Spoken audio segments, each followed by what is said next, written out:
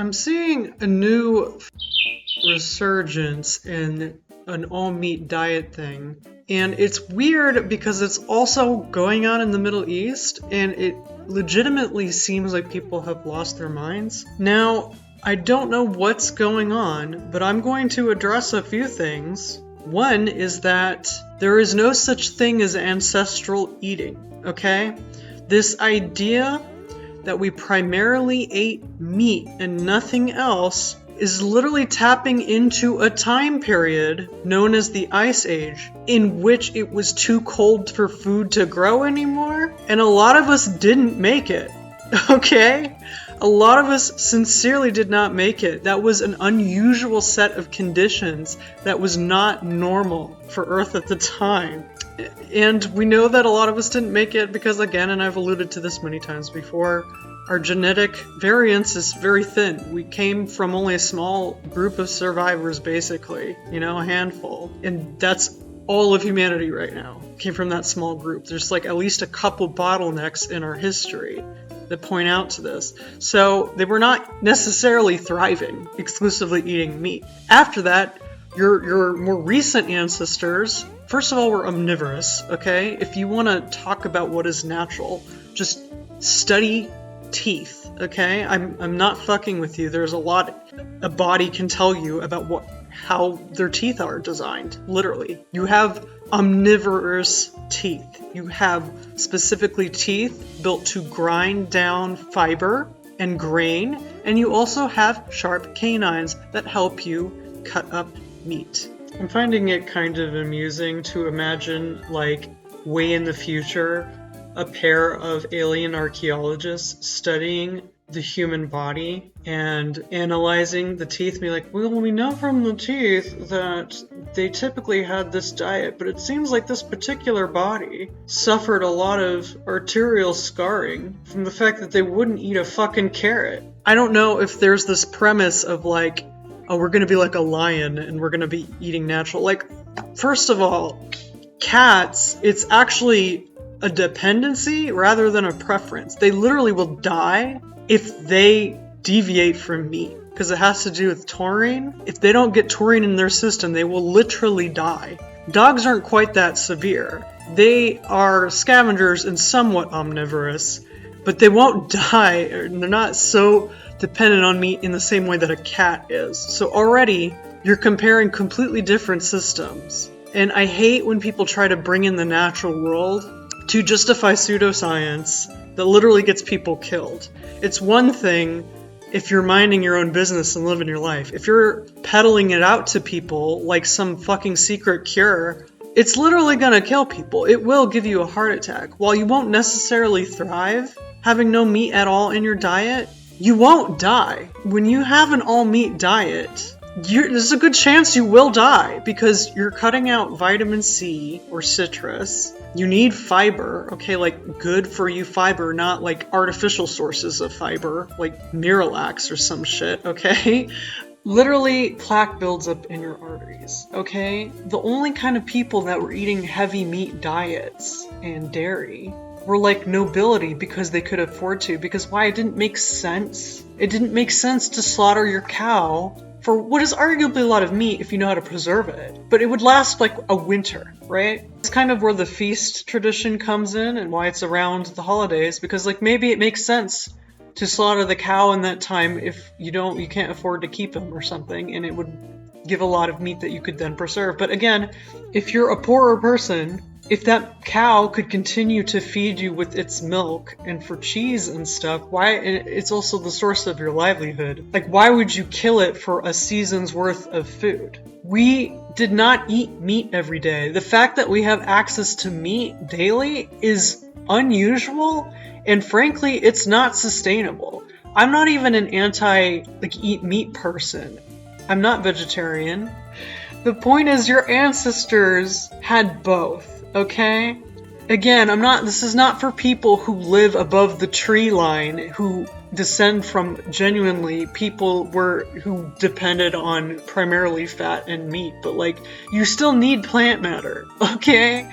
You need plant matter. Does not make sense that we can just have red meat every single day, no matter where we are in the world, okay? It's not sustainable. So the fact that you think it makes sense to have an all-meat diet is crazy, because that is really bad for you. Oh, this is the secret. Like, there's this guy here, and he's fucking dead, by the way, but you know, people can just rewrite reality to suit their worldview that doesn't challenge it by saying, oh, because he had the secret, the government killed him. I'm telling you, this is being mirrored in the Middle East too. Like, they're even saying that water is haram, and I'm like, geez, that is so not true. That is crazy to me. That doesn't make so much of it falls apart just for that. And then it's okay to eat Nutella and just exclusively eat meat and sugar and it's good for you. And then I have someone fighting me in the comments being like, no, I've had this diet for 9 years and you don't have to have any fiber or vitamin C from any plants at all. And I'm just like, there are crucial details you are leaving out, I know for a fact. Because I know for a fact that those things, that can kill you. Okay? You think scurvy is particularly a good way to go? It's not. It's your body literally needing to eat you alive to keep itself living, okay? Like, your skin starts peeling, your teeth fall out. Like, it's not... I don't know what the whole story is, but that's definitely not the whole story, because I can tell you can't live like that and be okay. I mean, you look at people like Liver King, which we know is a hoax anyway, but like looking at the pigment of their skin, that's not health, okay? Already we're starting off a faulty premise, because we seem to think this V shape in men is like a normal kind of muscle mass that indicates strength, and it's like a good body. It's not. There's nothing about that form, the V form, that is natural. It's like when you see people making drawings of women with abnormally large breasts and how they're not toppling over. Like, you have to build that body with technology and fitness regimes that are very unnatural to a human's life. Like, that would only exist in these unique sets of conditions where you have these unique kind of exercise tools and machines that specifically focus on those parts of your body. Like, it's not a sign of health or strength. And a lot of men will admit, yeah, it's not really strength. It's purely aesthetic. And it's like, fine, but like, I don't know why we're not approaching it more as the sign of ill health that it is. Like, we need to start approaching that more in the same way that we approach unhealthy modeling for women's bodies. Anytime marketing has its hand in like telling you what kind of body you should have, you should be very suspicious, because they don't have your best interests in mind.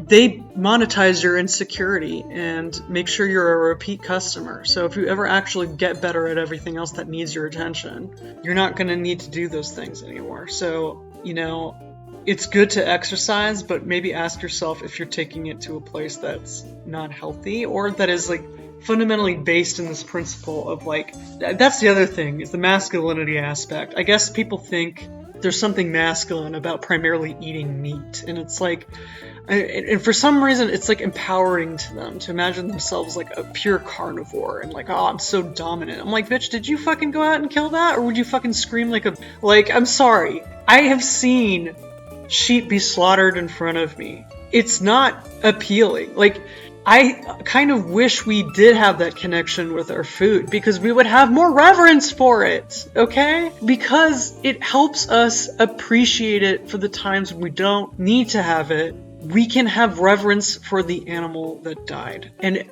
hopefully better the conditions of that death. But no, instead people want to just fucking roleplay that they're still a fucking caveman, I guess, going out into the wilderness of the airport, you know, on the highway to go get a fucking burger. It's gonna give you a heart attack, okay? I cannot stress this enough. But you know what?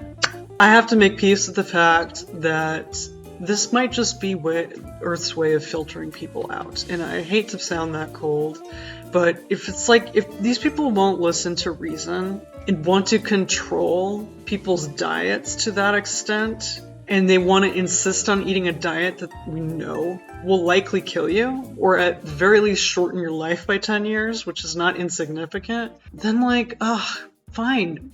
Because you know what's going to happen? All the people who are insisting on eating this unsustainable lifestyle of having meat every fucking day, every day of the year, probably several times a day, are going to remove themselves from the gene pool. And that's probably a good thing because, again, this is not sustainable. We do not have the resources to maintain this level of excess. The kind of food we should be eating should be food that's in season, that is local to the environment we are living in. It should not make sense if you're in a landlocked state like Kansas or some shit to have access to fish that's like not freshwater fish. No. If you want fish, ocean fish, go to the ocean. That's the only way that's sustainable. We cannot be having to ship fish from the ocean to every corner of the world every fucking day. We are overfishing the shit out of our ocean. It is not sustainable. There is nothing wrong with eating things in moderation. But my God, we cannot keep living so out of harmony with Earth. And I think it's so funny that it's always this premise of like we're going back to our roots when we eat like cavemen. And I'm like, they were not thriving. I don't know why you're romanticizing this past, this idea of like a human being. Like they fucking had gonorrhea. They died just having the shits because they would be so hungry and eat stuff that was probably poison. Like it was, I don't know. We need to get over this weird thing where we think there's a secret diet that's going to cure everything. It's not like that. Each person is different anyway. Everybody's body is different, and that doesn't work for capitalism. For you to have individual needs, okay? Because you can't mass produce at scale the products to a highly customized set of needs. I'm not even saying believe or disbelieve a statement. I'm saying challenge yourself with the task of actually reasoning it out. Even entertain an idea that might be challenging to what you want to be true. This isn't about finding the right person who knows what they're talking about. This is about you doing the fucking work of figuring out what makes sense in a way that doesn't just validate what you want to be true. Don't ever buy into trends. I do want to give a shout out to this video. So if you're more interested in this idea of being more conscious of our food systems, it's not preachy at all. It is legitimately enlightening, and I highly recommend it. So I think, if anything, the cure in this case is just to actually have an awareness of where our food comes from and whether or not it is good for us, not whether or not we should be policing what people eat, as much as maybe we should ourselves take the initiative to think about this and have a little bit more reverence for what we're eating in a way that makes it deliberate, intentional. And I think it's just kind of like breathing. Like the second you're brought attention to your breath, you naturally want to breathe deeper, and you maybe weren't breathing as deeply. The second you start being mindful of your food, I notice you tend to like care a little bit more about whether it's good for you or not. So anyway, go see this video. I really recommend it. We'll put it over here because there's not as much space on that side. So anyway, thanks for watching. Happy eating.